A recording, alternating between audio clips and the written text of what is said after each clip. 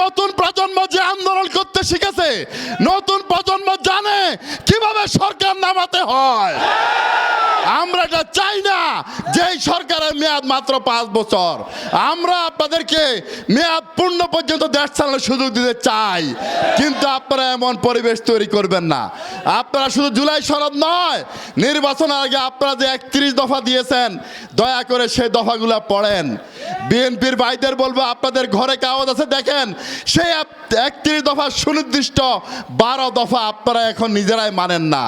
এই প্রতারণা করে আপনারা বেশি দিন রাষ্ট্র ক্ষমতা থাকতে পারবেন না। সম্মানিত উপস্থিতি, কথা স্পষ্ট যে আজকে নতুন করে জুলাই সনদ নিয়ে আমাদের রাজপথে নামার কথা ছিল না।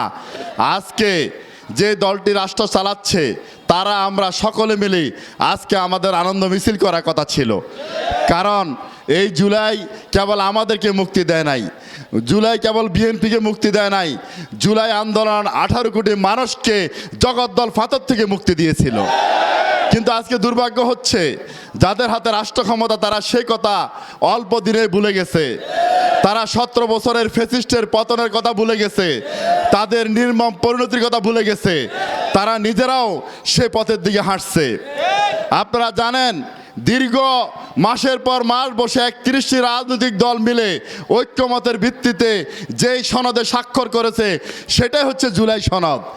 যার সার কথা হচ্ছে, একই ব্যক্তির টানা 2 মেয়াদের বেশি রাষ্ট্রের নির্বাহী প্রধান থাকবে না, একই ব্যক্তি দলের প্রধান এবং দেশের প্রধান থাকবে না। এভাবে করে করে গুরুত্বপূর্ণ কিছু কনস্টিটিউশনের ধারা, যেগুলোর মাধ্যমে নতুন করে কোনো ফ্যাসিস্টের জন্ম না হয়, এটা নিশ্চিত করেছে। কিন্তু আজকে শুরু থেকে তাদের ভিতরে টালবাহানা, তারা একদিকে এক হাতে হাঁ আরেক হাতে না বলে।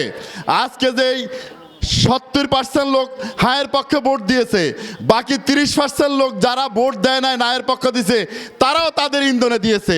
তারা প্রকাশ্যে বলেছে হায়ে ভোট দেন, নেপথ্যে বলেছে নায়ে ভোট দেন, কিন্তু এরপরেও 70% লোক হায়ের পক্ষে ভোট দিয়েছে। এখন তারা বলে জুলাই সনদ এটা অবৈধ, আবার বলে আমরা প্রতিটি অক্ষর বাস্তবায়ন করব।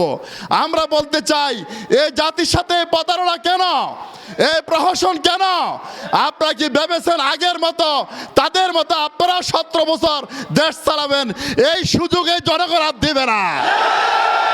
এই নতুন প্রজন্ম যে আন্দোলন করতে শিখেছে, নতুন প্রজন্ম জানে কিভাবে সরকার নামাতে হয়। আমরা এটা চাই না যে এই সরকারের মেয়াদ মাত্র 5 বছর। আমরা আপনাদেরকে মেয়াদ পূর্ণ পর্যন্ত দেশ চালানোর সুযোগ দিতে চাই, কিন্তু আপনারা এমন পরিবেশ তৈরি করবেন না। আপনারা শুধু জুলাই সনদ নয়, নির্বাচনের আগে আপনারা যে 31 দফা দিয়েছেন, দয়া করে সেই দফাগুলো পড়েন। বিএনপির ভাইদের বলবো, আপনাদের ঘরে কাগজ আছে দেখেন, সেই 31 দফা সুনির্দিষ্ট 12 দফা আপনারা এখন নিজেরাই মানেন না। এই প্রতারণা করে আপনারা বেশি দিন রাষ্ট্র ক্ষমতা থাকতে পারবেন না। আল্লাহর হস্তে শুভবুদ্ধির উদয় হোক। 1991 সালে আপনাদের তখনকার নেত্রী বলেছে যে কেয়ারটেকার কি পাগলা দুধের শিশু ছাড়া কেউ নিরপেক্ষ নয়। পরে 96তে নাকে খত দিয়া কেয়ারটেকার করেছেন, কিন্তু জাতির অনেক ক্ষতি হয়ে গেছে। জুলাই সনদ আপনারা মানবেন, এই গণভোট মানবেন, তবে জাতির আর ক্ষতি করবেন না। আল্লাহর হস্তে এখনই মানেন। সবাইকে ধন্যবাদ জানিয়ে আমার বক্তব্য শেষ করছি। আসসালামু আলাইকুম রহমতুল্লাহ।